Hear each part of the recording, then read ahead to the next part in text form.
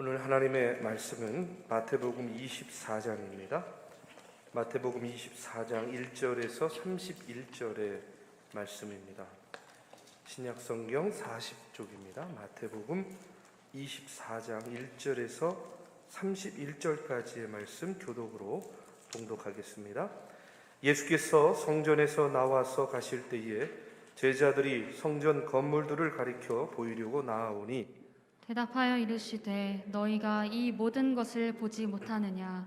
내가 진실로 너희에게 이르노니 돌 하나도 돌 위에 남지 않고 다 무너뜨려지리라. 예수께서 감람산 위에 앉으셨을 때에 제자들이 조용히 와서 이르되 우리에게 이르소서 어느 때에 이런 일이 있겠사오며 또 주의 임하심과 세상 끝에는 무슨 징조가 있사오리이까? 예수께서 대답하여 이르시되 너희가 사람의 미혹을 받지 않도록 주의하라. 많은 사람이 내 이름으로 와서 이르되 나는 그리스도라 하여 많은 사람을 미혹하리라. 난리와 난리 소문을 듣겠으나 너희는 삼가 두려워하지 말라. 이런 일이 있어야 하되 아직 끝은 아니니라. 민족이 민족을 나라가 나라를 대적하여 일어나겠고 곳곳에 기근과 지진이 있으리니 이 모든 것은 재난의 시작이니라. 그때에 사람들이 너희를 환난에 넘겨주겠으며 너희를 죽이리니 너희가 내 이름 때문에 모든 민족에게 미움을 받으리라. 그때 많은 사람이 실족하게 되어 서로 잡아주고 서로 미워하겠으며 거짓 선지자가 많이 일어나 많은 사람을 미혹하겠으며 불법이 성함으로 많은 사람의 사랑이 식어지리라. 그러나 끝까지 견디는 자는 구원을 얻으리라. 이 천국 복음이 모든 민족에게 증언되기 위하여 온 세상에 전파되리니 그제야 끝이 오리라. 그러므로 너희가 선지자 다니엘이 말한 바 멸망에 가증한 것이 거룩한 곳에 선 것을 보거든 읽는 자는 깨달을진저. 그때 유대에 있는 자들은 산으로 도망할지어다. 지붕 위에 있는 자는 집 안에 있는 물건을 가지러 내려가지 말며 밭에 있는 자는 겉옷을 가지러 뒤로 돌이키지 말지어다. 그날에는 아이벤 자들과 젖 먹이는 자들에게 화가 있으리로다. 너희가 도망하는 일이 겨울에나 안식일에 되지 않도록 기도하라. 이는 그때에 큰 환난이 있겠습니다. 창세로부터 지금까지 이런 환난이 없었고 후에도 없으리라. 그날들을 감하지 아니하면 모든 육체가 구원을 얻지 못할 것이나 그러나 택하신 자들을 위하여 그 날들을 감하시리라. 그때에 사람이 너희에게 말하되 보라 그리스도가 여기 있다 혹은 저기 있다 하여도 믿지 말라. 거짓 그리스도들과 거짓 선지자들이 일어나 큰 표적과 기사를 보여 할 수만 있으면 택하신 자들도 미혹하리라. 보라 내가 너희에게 미리 말하였노라. 그러면 사람들이 너희에게 말하되 보라 그리스도가 광야에 있다 하여도 나가지 말고 보라 골방에 있다 하여도 믿지 말라. 번개가 동편에서 나서 서편까지 번쩍임같이 인자의 임함도 그러하리라. 주검이 있는 곳에는 독수리들이 모일 것이니라. 그날 환난 후에 즉시 해가 어두워지며 달이 빛을 내지 아니하며 별들이 하늘에서 떨어지며 하늘의 권능들이 흔들리리라. 그때 인자의 징조가 하늘에서 보이겠고 그때 땅의 모든 족속들이 통곡하며 그들이 인자가 구름을 타고 능력과 큰 영광으로 오는 것을 보리라. 그가 큰 나팔 소리와 함께 천사들을 보내리니 그들이 그의 택하신 자들을 하늘 이 끝에서 저 끝까지 사방에서 모으리라. 아멘. 이 시간 우리 배단이 찬양대의 귀한 찬양 감사를 드립니다. 여러분의 얼굴을 보는 것이 하나님의 얼굴을 보는 것 같습니다.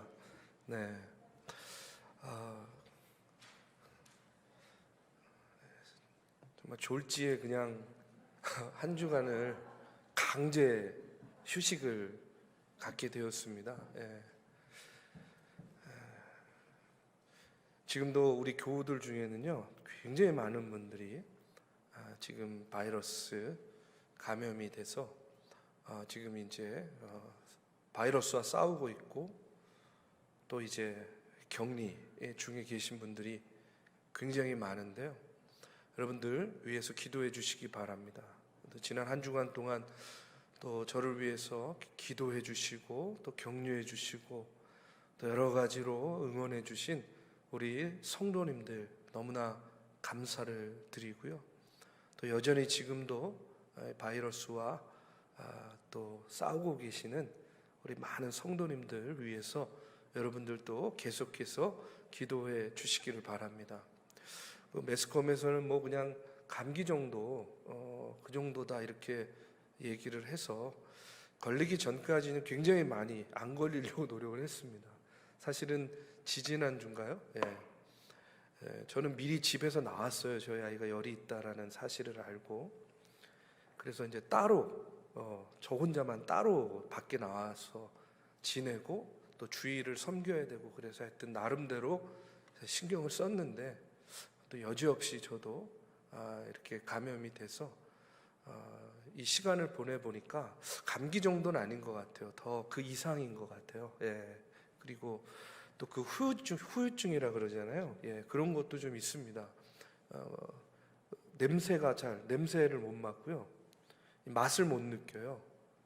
그래서 사실 먹는 즐거움을 빨리 되찾아야 될 텐데, 근데 많은 분들하고 대화를 나눠보니까 비슷한 그런 후유증들을 다들 겪고 계시더라고요. 또 기력도 없고 사실은 좀 이렇게 정신도 멍한 그런 상태가 지속되고요. 여러 가지로 가볍게 생각할 것은 아니구나 하는 것을 다시 한번 이제 경험을 했고요. 그렇지만 또 이제 저도 개인적으로는 좀 더 안전해졌어요. 그렇죠? 누구를 만나든 어디에 가든 조금은 좀 편안한 마음으로 또 오히려 또 대할 수 있을 것 같아서, 하여튼 이런저런 상황들 속에서 우리가 함께 격려하고 함께 위로하고 함께 기도하면서 이 어려움의 때를 우리가 함께 이겨나가는 우리 중앙의 성도님들 되시기를 주님의 이름으로 축복합니다. 우리가요, 요즘의 때에 참 많이 나도 모르게 입으로 고백되어지는 그런 말이 있습니다. 그게 뭐냐면 말세야, 말세. 참 말세야 하는 그런 얘기를 나도 모르게 그냥 이렇게 토해낼 때가 있어요. 우리가 이 바이러스 팬데믹을 겪으면서 유례없는 그런 일들을 겪게 되지 않았겠습니까? 일상이 무너지고 우리의 신앙의 루틴이 깨지고 성전의 예배도 제대로 드리지 못하는 이런 상황들 속에서 이제 주님 오실 때가 가까이 와서 이런 환난이 있는 거야, 말세야 말세, 이런 얘기들을 참 많이 하게 되었어요. 또 늘 평화로울 것만 같았던 그런 세계가, 우리가 잘 알듯이 지금 러시아가 우크라이나를 침공해서 지금 이제 걱정이 뭡니까? 전쟁이 길어지면서 혹시 이것이 3차 대전으로 이어질 수도 있는 것 아닌가 하는 그런 걱정과 염려와 근심들을 갖게 됩니다. 그러다 보니까 그런 두려움이 있고 그런 염려가 생겨요. 그러니까 또 어떤 말이 나옵니까? 말세가 가까이 왔구나, 주님 오실 때가 가까이 왔구나 하는 그런 고백이 나도 모르게 터져 나오게 됩니다. 그런데 대부분의 사람들은요, 이렇게 말세야 하면서 걱정을 하면서 탄식하지만 그냥 그 탄식의 정도로 머무르고 지나가는 경우들이 많이 있어요. 그런데 또 어떤 분들은요, 너무나 심각하게 이것을 받아들이고 생각하면서 어리석은 선택을 하는 경우들도 종종 보게 됩니다. 무슨 말이냐면, 말세인데, 아니 이제 주님 오실 때 가까이 왔는데 공부는 하면 뭐래? 뭐 직장 생활은 열심히 하면 뭐해? 사업은 하면 뭐해? 재산은 뭐면 뭐해? 뭐 이제 이런 생각들을 하는 거예요. 다 집어치우고 이제 주님 오실 때가 되었으니까 재림의 때를 준비해야 된다 하는 그런 마음으로 현실을 도피합니다. 비관적인 그런 삶을 살아가는 그런 사람들도 종종 보게 돼요. 그래서 이단에 빠지죠. 세상의 여러 가지 유혹과 미혹 가운데 빠져가지고 가정도 버리고 직장도 버리고 결국은 인생이 파탄나 버리는 그런 경우를 우리가 종종 보게 됩니다. 그런데 또 반대의 경우도 있어요. 어떤 사람들은요, 이 말세라는 단어를 들을 때에 그냥 어떤 상징적인 구호 정도로만 생각을 합니다. 말세는 무슨 말세야. 지금 세상이 이렇게 잘 돌아가고 굴러가고 있는데 이제 이 코로나 바이러스 팬데믹만 끝나면 다시 일상이 회복될 거고 그 전처럼 세상은 아무 일 없이 또 잘 돌아갈 거야. 뭐 이렇게 생각하는 그런 분들도 계세요. 그런데 여러분, 성경에 보면 예수님 당시의 제자들도, 예수님 당시의 사람들도 이 말세에 대해서 심각하게 받아들이는 부류도 있었고 아무것도 아닌 것처럼 받아들이는 그런 부류들이 있었어요. 그런데 대부분은 오늘 말씀이 전해지는 이 마태복음 24장에 이르기 전까지는 제자들을 포함해서 대부분의 사람들이 말세에 대해서 그렇게 심각하게 생각하거나 받아들이지 않았다는 그런 이야기입니다. 그런데 오늘 말씀에 보면 예수님께서 1절, 2절의 말씀에서 이렇게 이야기합니다. 예수께서 성전에서 나와서 가실 때에 제자들이 성전 건물을 가리켜 보이려고 나오니 대답하여 이르시되 너희가 이 모든 것을 보지 못하느냐? 내가 진실로 너희에게 이르노니 돌 하나도 돌 위에 남지 않고 다 무너뜨려지리라 하고 이렇게 말씀하고 있어요. 지금 예수님께서 뭐라고 말씀하시는 겁니까? 한마디로 이야기하면은 성전이 돌 위에 돌 하나도 남지 않고 다 어떻게 될 것이다? 무너질 것이다 하는 것을 예언을 하고 있는 겁니다. 성전이 무너질 것이다. 여러분, 이것이요 대단히 제자들을 포함해서 이 당시 이 이스라엘 백성들에게는요 굉장히 이게 트라우마가 생각나게 하는 그런 선언과 같은 예언입니다. 왜 그러냐면 이스라엘 백성들에게는요 성전에 대한 트라우마가 있었어요. 어떤 거냐면 이스라엘의 역사를 보면요 세 개의 성전이 있습니다. 하나가 솔로몬의 성전이 있고 또 하나가 스룹바벨의 성전이 있고 그 다음에 오늘 예수님께서 말씀하시는 헤롯의 성전이 있어요.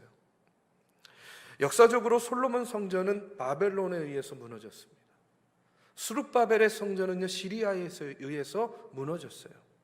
그리고 이제 제3성전, 당시 팔레스타인을 통치하고 있던 이 헤롯 대왕에 의해서 46년간에 걸쳐서 제3성전이 예루살렘 성전이 세워지게 되는 거예요.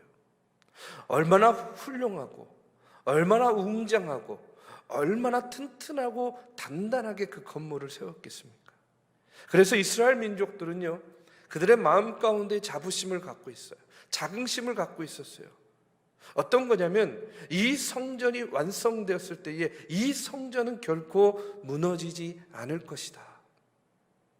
이 성전은 다시는 무너지는 일이 없을 것이다 하는 그런 마음이 있었습니다. 그런데 오늘 뜻밖에도 예수님께서 뭐라고 이야기하시는 거예요? 이 성전도 한순간에 무너질 수가 있다. 무너질 것이다 라고 이렇게 이야기해요. 실제로 여러분 어떻게 됐습니까? 예수님의 이 예언대로 AD 70년에 이르렀을 때에 로마의 티토 장군에 의해서 예수님께서 예언하신 대로 예루살렘 성전이 무너졌어요. 돌 위에 돌 하나도 남지 않고 완전히 무너졌습니다. 지금 그 예루살렘 성전이 있던 자리에 여러분 성지순례 가보신 분들은 다 보셨죠? 지금은 뭐가 세워져 있어요? 이슬람에서 세운 황금 사원, 이슬람 사원이 세워져 있어요. 여러분, 실제로 예수님께서 예언하신 대로 돌 위에 돌 하나도 남지 않고 다 무너져 버렸어요. 제자들에게 얼마나 충격이었을까? 이 성전도 무너질 것이다. 성전이 무너진다고? 제자들은요 이제 그것을요 더 비약을 해가지고 이런 생각을 하는 거예요. 성전이 무너지듯이 이 세상도 무너지는 것 아닌가? 성전이 무너진다면 이 세상도 무너질 수가 있겠구나. 그래서 이 제자들이요 예수님에게 질문합니다. 어느 때에 이런 일이 있겠사오며 또 주의 임하심과 세상 끝에는 무슨 징조가 있사오리까 하고 이렇게 예수님에게 묻습니다. 이와 같은 제자들의 질문에 예수님이요, 너희가 사람의 미혹을 받지 않도록 주의하라. 마태복음 24장에 보면요, 제일 많이 나오는 단어가 뭐냐면 미혹당하지 말라는 거예요. 미혹당하지 말라. 어느 때에 이와 같은 성전이 무너지는 일, 이와 같이 말세와 같은 일들이 일어나겠습니까? 하고 묻는 제자들의 질문에 예수님이 너희가 사람의 미혹을 받지 않도록 주의하라 말씀하시면서 이제 마지막 때에 이런저런 미혹이 판을 치게 될 터인데 그런 것들이 어떤 징조가 있는가 하는 것에 대해서 이어서 말씀을 하고 있습니다. 첫 번째로 예수님은요, 5절에서 이렇게 이야기해요. 많은 사람이 내 이름으로 와서 이르되 나는 그리스도라 하여 많은 사람을 미혹하리라.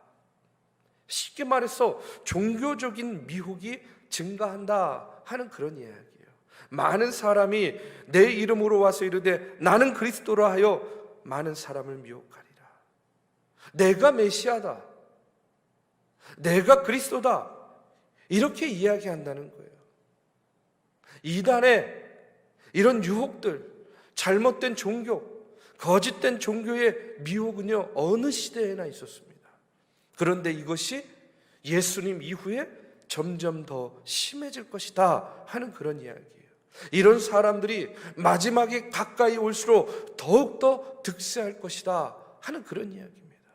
나는 메시아다라고 말하는 사람, 내가 예수라고 말하는 사람, 여러분, 나는 메시아요, 나는 예수라고 말하는 사람은요, 그래도요 좀 봐줄만 해요. 요즘에는요, 나는 예수 위에 있는 존재다, 이렇게 얘기하는 사람이 있어요. 그런 사람이 이번에 대통령 후보로도 나왔습니다. 예? 여러분, 그것이 알고 싶다 한번 보십시오.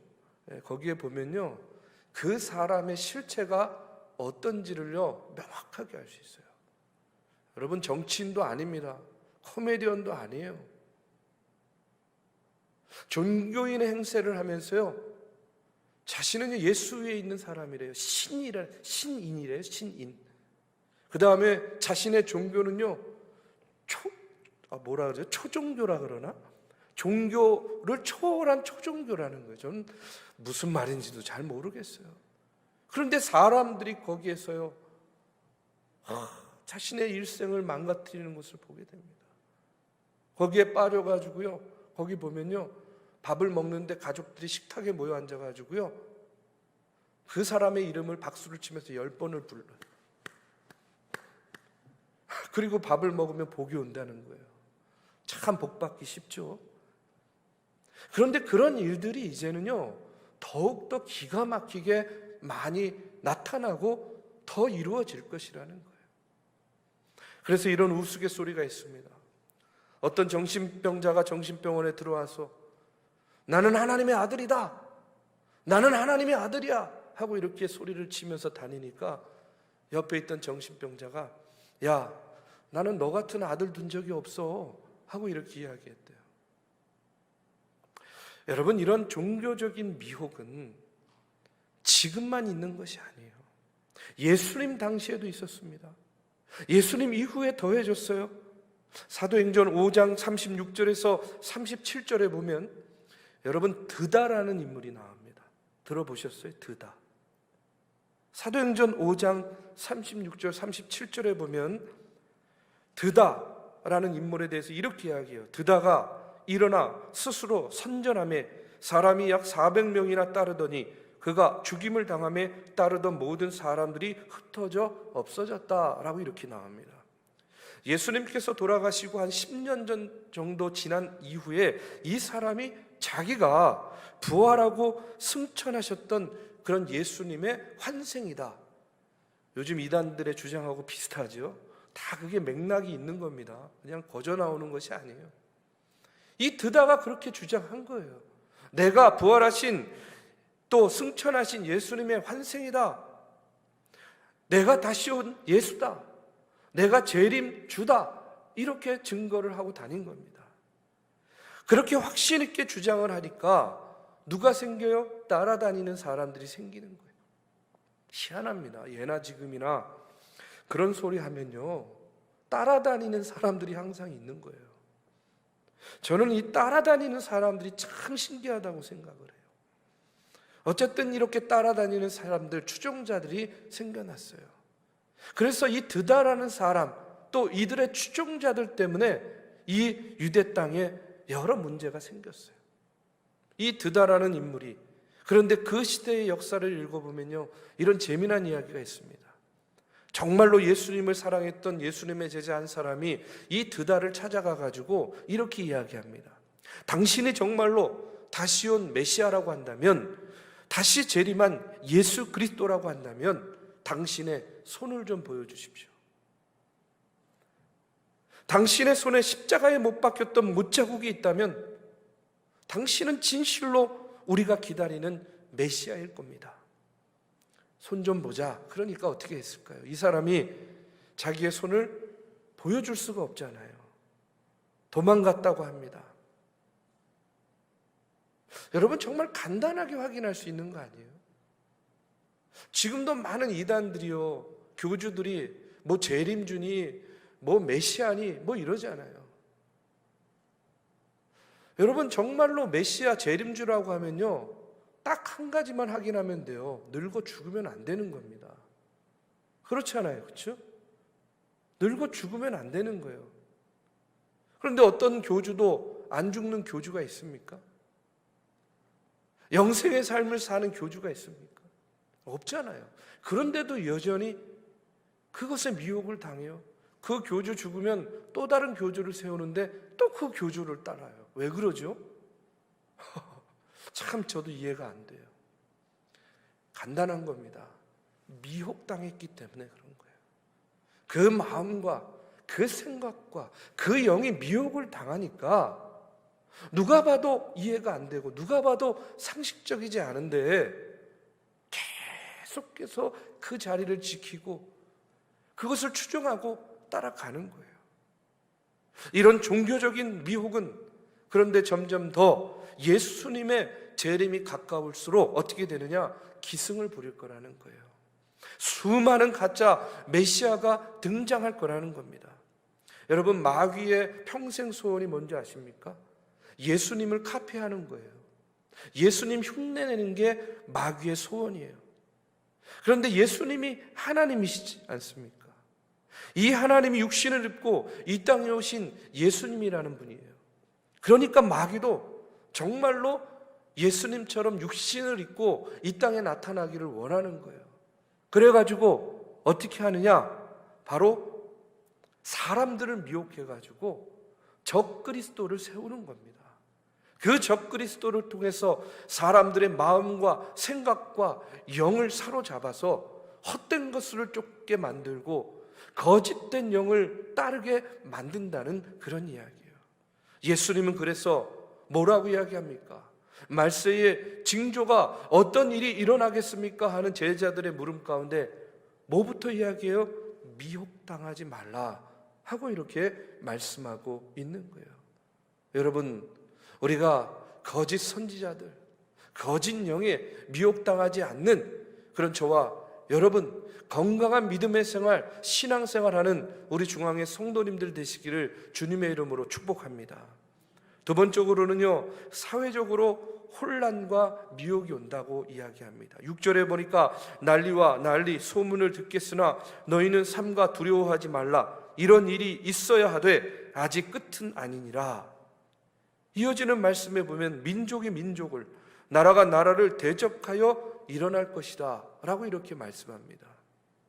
여러 가지 유형의 사회적인 혼란이 있겠지만 특별히 오늘 말씀에서 이야기하는 것은 뭐냐면 민족과 민족이 또 나라와 나라 간에 뭐가 일어나는 거예요? 다툼이 일어나요. 싸움이 일어나요. 그게 뭡니까? 전쟁이잖아요. 전쟁이 일어난다는 거예요.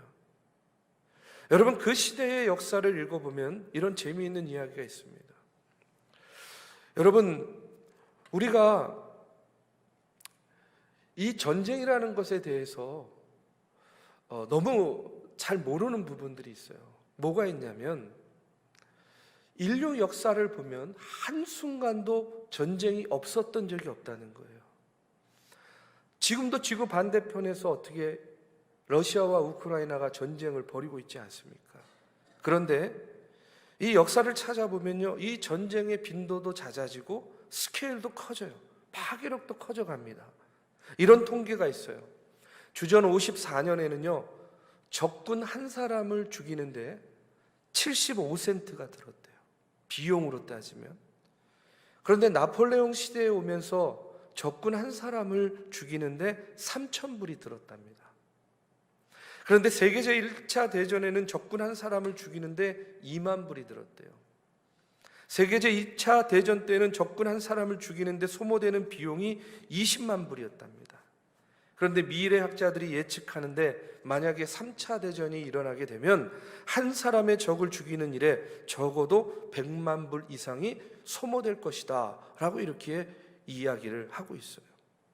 이게 무슨 이야기냐면 전쟁의 무기가 점점 파괴력이 커지고 그러면서 점점 그 비용도, 만드는 비용도 많이 드는 거죠. 파괴력도 커지고 비용도 더욱더 증가되게 된다는 거예요. 여러분, 우리가 1990년대에 소위 동서냉전 구도가 해체되었습니다.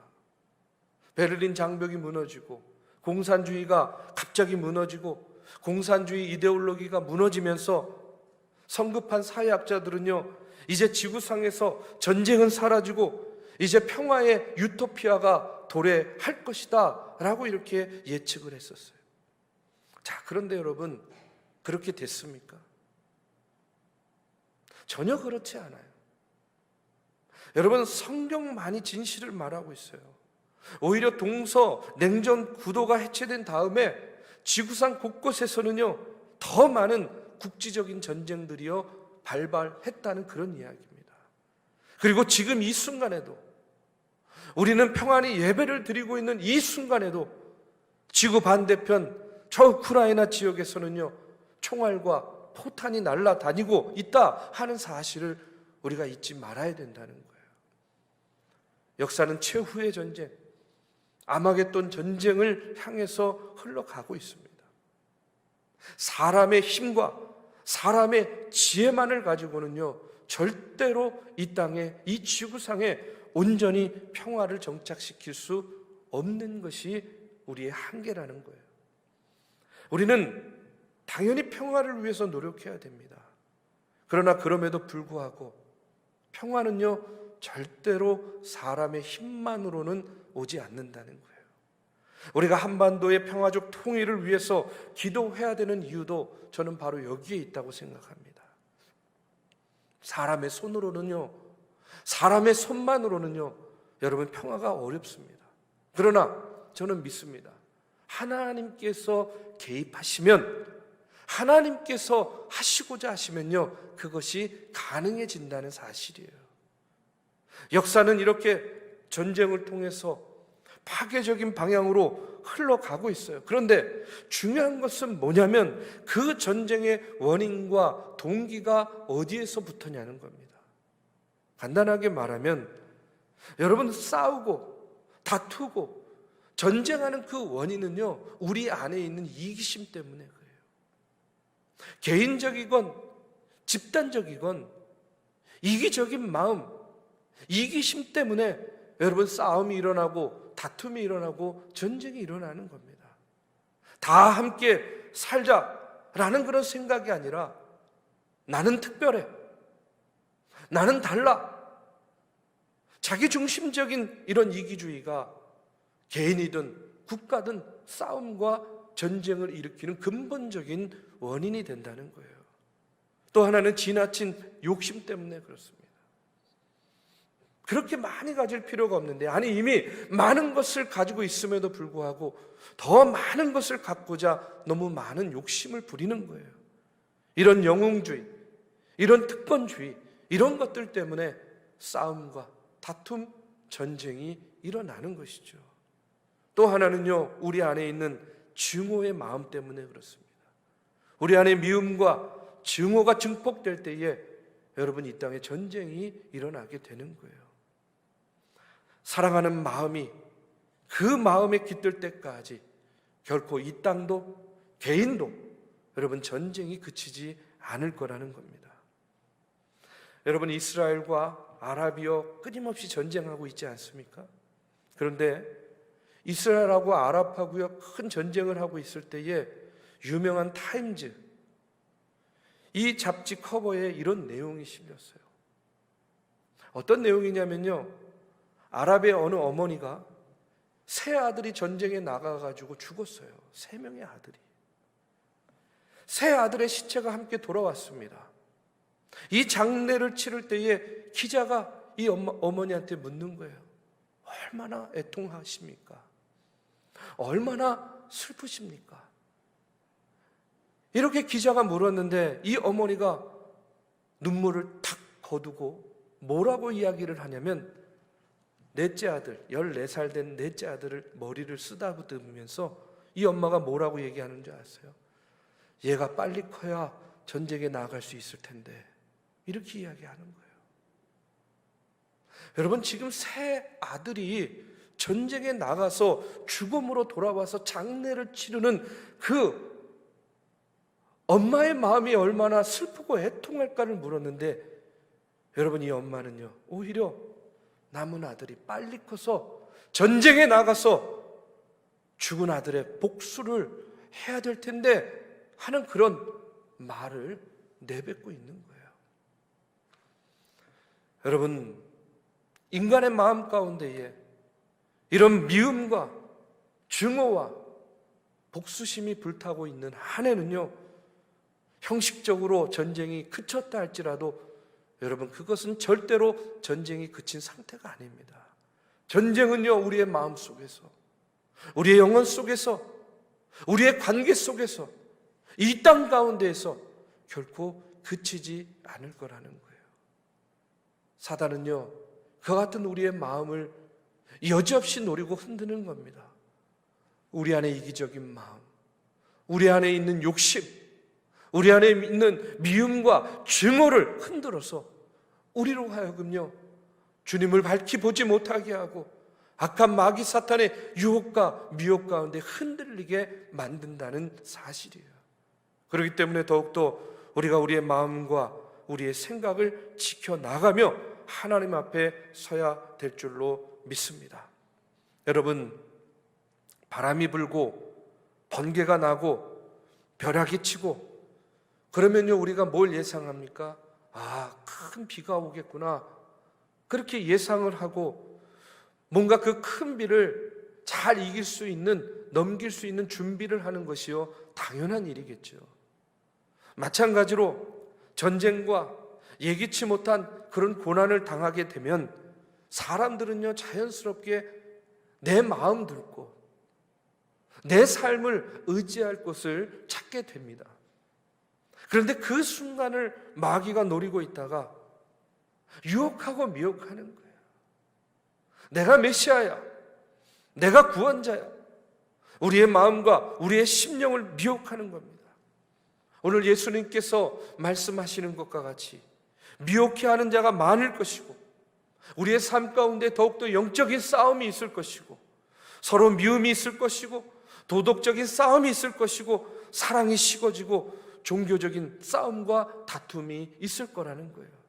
그런데 우리가 이런 눈에 보이는 현상들을 통해서 우리의 마음과 우리의 심령이 흔들릴 때 여러분, 오늘 주님께서는요 이렇게 이야기하고 계십니다. 12절에 보니까 그러나 끝까지 견디는 자는 구원을 얻으리라. 여러분, 끝까지 견디시기를 주님의 이름으로 축복합니다. 미혹당하지 말고 환난 가운데 굴하지 말고 끝까지 견디라는 거예요. 끝까지 견딜 때에 여러분 구원 받게 되고 구원 받은 백성이 될 것이다 라고 말씀하고 있어요. 이 세상에서 아무리 살기 힘들고 어려워도 여러분 조금 더 참고 인내하고 주님 오실 때를 바라면서 우리가 담대히 나아갈 때에 여러분, 오늘 우리는 이 세대를 본받지 말고 이 땅에 다시 오실 주님을 소망하고 대망하면서 모든 유혹과 환난을 이기고 마지막에 생명의 면류관을 쓰시는 그런 저와 여러분이 되기를 이 시간 주님의 이름으로 축복합니다.